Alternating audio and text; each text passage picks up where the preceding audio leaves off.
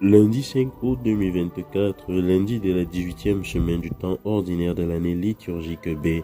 Nous méditons les textes de l'évangile de Jésus-Christ selon saint Matthieu au chapitre 14, des versets 13 à 21. Quand Jésus apprit cela, il partit en barque pour un endroit désert à l'écart. Les foules l'apprirent et, quittant leur ville, elles le suivirent à pied. En débarquant, il vit une grande foule de gens. Il fut saisi de pitié envers eux et guérit les infirmes. Le soir venu, les disciples s'approchèrent et lui dirent : « L'endroit est désert et il se fait tard.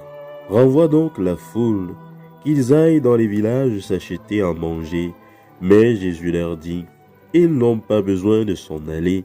Donnez-leur vous-même à manger. » Alors ils lui dirent : « Nous n'avons là que 5 pains et 2 poissons. » Jésus dit : « Apportez-les-moi ici. » Puis, ordonnant à la foule de s'asseoir sur l'herbe, il prit les 5 pains et les 2 poissons, et levant les yeux au ciel, il prononça la bénédiction, et rompit les pains, il les donna aux disciples, et les disciples les donnèrent à la foule. Tous mangèrent à leur faim, et de nombreux morceaux qui restaient, on ramassa 12 paniers pleins. Ceux qui avaient mangé étaient environ 5000, sans compter les femmes et les enfants. Acclamons la parole de Dieu.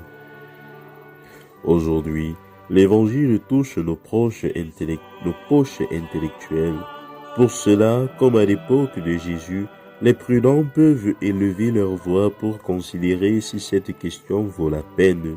Les disciples, en voyant qu'il se faisait tard et qu'ils ne pouvaient pas s'occuper de la quantité de gens qui entouraient Jésus, trouvent le moyen de s'en tirer à merveille. Qu'ils aillent dans les villages s'acheter à manger, Matthieu 14, verset 15. Ils ne s'attendaient pas à ce que leur maître et Seigneur démolissent leur raisonnement tellement prudent en leur disant : « Donnez-leur vous-même à manger, Matthieu 14, verset 16.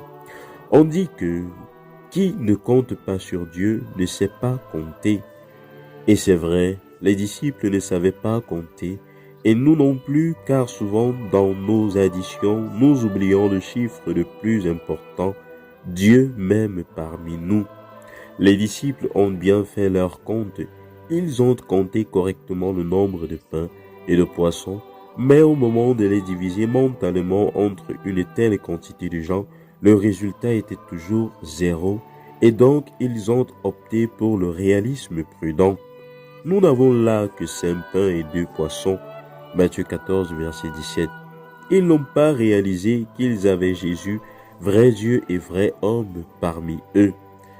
En paraphrasant Saint José Maria, ce serait bien de nous rappeler que, dans les entreprises d'apostolat, il est bon, c'est un devoir, de tenir compte de tes moyens terrestres. 2 plus 2 égale 4.